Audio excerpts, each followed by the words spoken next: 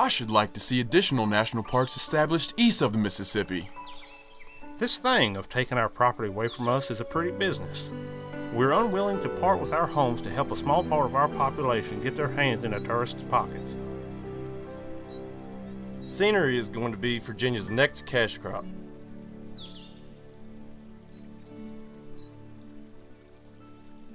In the early 1920s, as national parks grew in popularity, NPS director Stephen Mather proposed establishing national parks in the east, nearer the nation's population centers.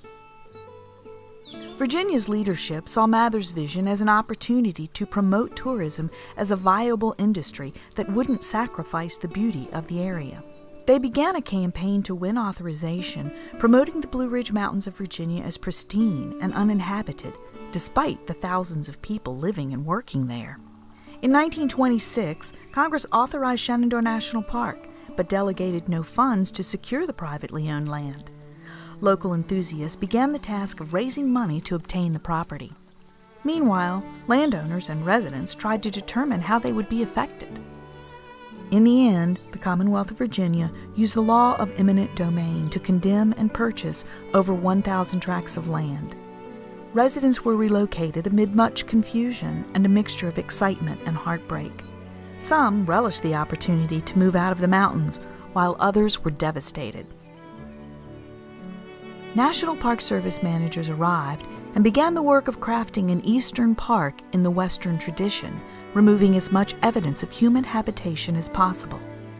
The Civilian Conservation Corps built infrastructure, trails, and overlooks, and revegetated the mountain. Today, Shenandoah National Park hosts millions of people who walk its trails, enjoy its lodges, and find rest and rejuvenation, just as the visionaries had hoped. The park's existence pumps an estimated $80 million annually into the local economy. But what of those displaced? How do we weigh the passions, consequences, and trade-offs of the decision to save a place in perpetuity for the American people against the rights of the individual?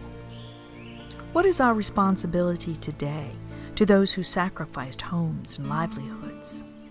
As President Jimmy Carter said, "We are stewards of an irreplaceable environment. This is an awesome task as well as a precious gift."